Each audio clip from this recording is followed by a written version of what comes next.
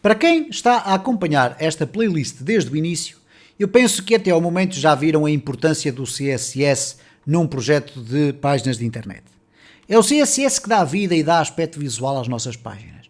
Já viram com certeza também, e com certeza já perceberam, a importância da utilização de uma biblioteca externa, como é o caso do Bootstrap. Ela vai nos salvar imenso tempo no desenvolvimento de todos os mecanismos de CSS que nos permitem atingir uma organização visual deste tipo de uma forma extraordinariamente mais rápida. Mas, no entanto, há por vezes questões que o Bootstrap não resolve. E há inclusive circunstâncias em que nós queremos criar os nossos próprios estilos. E por isso, no final do vídeo anterior desta série, eu inseri aqui os estilos.css apenas para colocar lá o cor de fundo que depois atribuí aqui ao meu body. Bom, eu neste vídeo quero-vos falar sobre a relação que existe, por exemplo, entre os nossos estilos de cores e etc, e de fontes, tamanhos de letra, e o fecheiro do bootstrap.pin.css e o seu posicionamento e a forma como nós podemos alterar classes do Bootstrap que já existem por defeito para classes nossas e até mesmo alterar apenas detalhes de uma determinada classe. Ok? Então eu vou-vos mostrar aqui em primeiro lugar o seguinte. Será que, por exemplo, aqui na minha página, eu posso alterar a cor de uma destas áreas, vamos aqui concentrar no Facebook, para uma cor que eu queira, isto é, para uma cor escolhida por mim? É claro que eu posso. Reparem, no entanto, o seguinte, no meu código, eu tenho aqui, vamos concentrar a nossa atenção apenas aqui neste código que aqui está. Nós temos aqui uma card. A card permite fazer o quê? Reparem, eu vou tirar aqui o background light, vou fazer um Ctrl+C para apagar e depois poder colar quando regressar. Se eu agora refrescar, o que o card faz basicamente é criar aqui algo à volta da minha janela. E vocês eventualmente poderão achar, bom, mas não houve mudança nenhuma. Houve sim, ela é quase imperceptível, mas esta card aqui no seu interior está branca, enquanto esta está ligeiramente cinza. Provavelmente vocês não conseguirão notar muito essa diferença, mas é de facto isso que acontece. Temos aqui um branco e aqui temos cinza nestas que aqui estão. Então, se eu quiser colocar aqui uma cor, bom, eu poderia tentar verificar se o Bootstrap tem uma cor que sirva aquilo que eu desejo. Mas na realidade o Bootstrap não é muito feliz em cores, isto é, nós procurarmos aqui color, ou colors, por exemplo, nós vamos verificar que o Bootstrap fornece-nos poucas cores. Tem este azul, este cinza, o verde, o danger, que é este vermelho, um amarelo warning, etc. E como vocês podem ver, não há muitas cores aqui, não há propriamente uma paleta diversificada. Há outras classes de Bootstrap ou outros fecheiros de Bootstrap que nos dão muito mais cores para nós podermos utilizar. Mas, eventualmente, porquê é que nós não temos aqui muita opção de cores? Porque é extraordinariamente fácil definir cores no Bootstrap. Ok? Então o que nós, ou melhor, no Bootstrap não, neste caso no CSS, reparem, é tão simples como colocar background color black. Então vamos fazer aqui uma pequena experiência. Se eu colocar aqui cor do card, ok? Vamos lhe chamar assim e colocar aqui uma background color, vamos colocar aqui background color e agora colocar aqui um yellow, o yellow se calhar não, mas vamos colocar aqui um orange, o laranja, porque o Bootstrap não tem, ok? Não tem aqui o laranja, o yellow tinha aqui o text warning, então vamos usar aqui o cor do card e vamos voltar ao nosso código e agora vamos colocar aqui, temos um card, mas depois temos aqui um cor do card desta forma. Será que o Bootstrap e o nosso CSS vão conjugar de forma correta para termos uma card, mas com o laranja de fundo? Bom, vamos ver aqui o resultado. E reparem então que não conseguimos o nosso objetivo. Bom, vamos então verificar aqui o seguinte. Vamos trocar aqui a ordem dos fecheiros para ver se isso tem ou não alguma influência. Vamos aqui tirar dali e vamos colocar logo a seguir ao Bootstrap. Os estilos aparecem depois. Vamos aqui olhar outra vez e agora reparem neste comportamento. O simples facto de eu ter alterado a ordem dos dois fecheiros fez com que o nosso CSS passasse a ter efeito. Qual é a explicação deste comportamento? Isso é que é fundamental para vocês perceberem.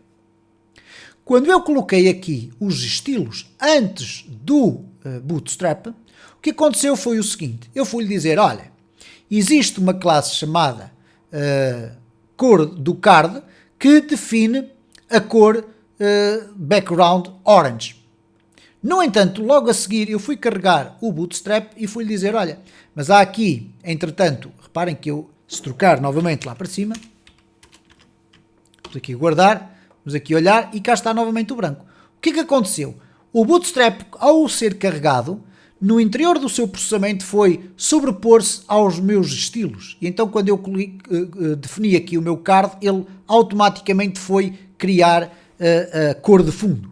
Ora, este é um comportamento que nós temos que ter em atenção e que nós podemos sobrepor de uma forma relativamente simples. Vamos ver se o conseguimos fazer aqui, que é o seguinte. Se eu colocar aqui à frente um espaço, um ponto de exclamação e disser important, e reparem que é a única opção que nos indica aqui em termos de IntelliSense, e o IntelliSense é um mecanismo que, de forma inteligente, nos apresenta uma ideia daquilo que nós eventualmente estamos à procura. Eu vou colocar aqui. O que vai acontecer agora é o seguinte. Este important significa o seguinte. Se aparecer qualquer coisa relacionada com a definição da cor de fundo para um elemento que contenha esta classe, esquece tudo aquilo que já esteja eventualmente lá definido e aplica esta propriedade. Então reparem que eu agora tenho aqui o meu estilos.css antes do Bootstrap, mas o resultado é este que aqui está. Ok? Isto é, ele foi sobrepor a minha classe. Eu acho que não escolhi a cor certa. Nós aqui depois, quando fomos alterar, ele alterou a cor. Vou aqui uma alteração, mas eu vou colocar novamente o orange. E se eu colocar assim orange e important, reparem o que é que vai acontecer. Temos aqui o laranja. Então, voltando a explicar isto, que é fundamental vocês perceberem, porque por vezes vocês podem perder horas, literalmente horas, pelo facto de estarem a escrever CSS e ele não estar a funcionar, é porque a relação que existe entre a ordem dos ficheiros e a supremacia de uma classe relativamente à outra faz toda a diferença. Se eu colocar este ficheiro a seguir ao ficheiro do Bootstrap, vamos colocar até aqui com estes espaços assim, o que vai acontecer é que este ficheiro daqui vai conseguir sobrepor-se à maior parte das configurações que ali estão. E então esta cor do card vai se sobrepor à cor por defeito que o card traria. Okay? No entanto, o facto de eu usar aqui o important, e eu agora vou remover daqui o important, vocês vão continuar a ver aqui que o laranja está aqui. E está aqui porque eu coloquei o meu ficheiro depois do ficheiro do Bootstrap. Se eu quiser que este ficheiro, por algum motivo, fique antes do meu Bootstrap, eu posso fazer esse override escrevendo então o important. Okay? E neste caso eu estou a reforçar e a dizer, não, esta é que tem a supremacia relativamente a qualquer outra classe que exista. Ok? Então, com esta inscrição que eu aqui tenho, eu vou poder puxar este ficheiro, por exemplo, para o anterior ao Bootstrap, ok? E mesmo depois do Bootstrap me vir dizer que há aqui uma cor de fundo no card, eu aqui tenho uma ultrapassagem pela esquerda, como eu costumo dizer, que é, não, eu passei por ali e disse, a minha é mais importante que a tua, e por conseguinte eu tenho exatamente o mesmo resultado. Agora reparem o seguinte, vamos aqui dar um outro exemplo de coisas que nós podemos fazer para complementar o Bootstrap. Eu aqui fiz uma complementação do meu Bootstrap, isto é, acrescentei uma classe que me permite usar uma cor que o Bootstrap por defeito não tem. Mas vamos imaginar aqui o seguinte, que eu queria que todos os meus botões ficassem com a mesma largura, porque reparem, link para Twitter tem uma dimensão menor do que link para LinkedIn. Esteticamente isto pode criar, às vezes, algum desconforto. Reparem até que eu vou exagerar e aqui no caso do Facebook vou-lhe tirar a expressão Facebook e vou colocar simplesmente link. Então vamos aqui, onde diz link para Facebook, eu vou remover tudo isto e vou colocar apenas link. Reparem a diferença e esteticamente aquilo que não fica muito interessante, ok? Obviamente para além da cor, como vocês podem imaginar.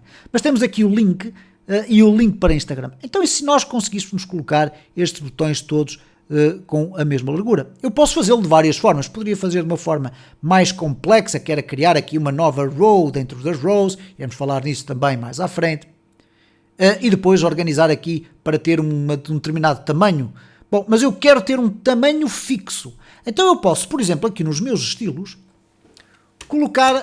criar uma nova classe chamada BTN, até para ter alguma parecença com as classes que eu estou a usar no Bootstrap, e vou-lhe chamar BTN, traço, e atenção que este traço, ao invés do underscore, é uma norma mais ou menos convencionada para a utilização do Bootstrap, ou melhor, do CSS, perdão.